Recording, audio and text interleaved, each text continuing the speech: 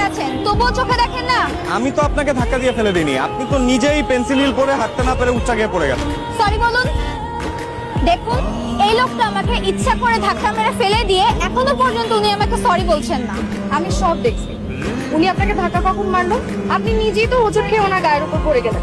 দূর থেকে দাঁড়িয়ে আমি সবই দেখি। ও আচ্ছা, তার মানে আপনি ওই দলেরই লোক? আমি ওনাকে চিনি। উনি ভালো মানুষ, শুধু ভালো মানুষই না, অনেক ভালো মানুষ। আর আপনার যদি দরকার পড়ে তাহলে আমি আপনাকে সার্টিফিকেটও দিতে পারি যে উনি ভালো মানুষ। থাক থাক, আর সার্টিফিকেট দেওয়া লাগবে না।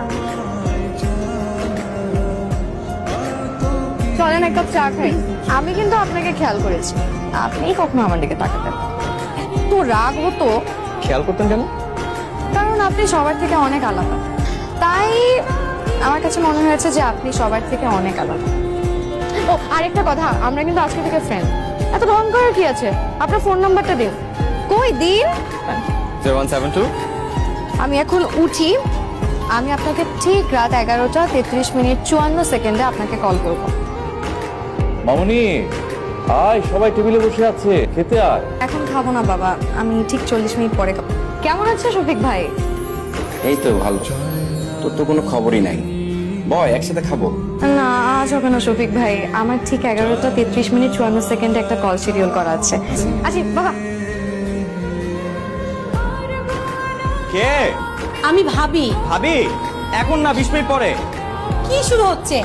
তুই এক্ষুনি বের হ, জরুরি কাজ আছে, তোর ভাই ডাকে। ভাবি, আমি একটা জরুরি কাজ করতেছি। হ্যাঁ, কিছু ওষুধপত্র আনতে হবে, দোকান বন্ধ হয়ে যাবে তো। আর দোকান বন্ধ হলে হবে? আমি দোকান খোলাবো, আমি সব নিয়ে আসবো। একদম খাট্টারামি করবি না। যেটা বলি সেটা যদি না শুনতে পারোস তাহলে নিজের পথ কিন্তু নিজে দেখতে হবে। এখন 11:30 বাজে, আমি একটু পরে দরজা খুলতেছি, যাও এখন। হ্যালো, এত দেরি করলেন যে? কই দেরি করলাম, আমি একদম ঠিক সময়ে কল দিয়েছি। রায়হান, আমি অনেকদিন ধরে আপনাকে চিনি, অনেকদিন ধরে আপনাকে লক্ষ্য করেছি। দেখেন এত ঘুরায় পেঁচে আমি কথা বলতে পারবো না, সোজা সাপটা আপনাকে একটা কথা বলি, আমি আপনাকে অনেক পছন্দ করি। আমিও আপনাকে খুব পছন্দ করি। অপছন্দ করার কি আছে?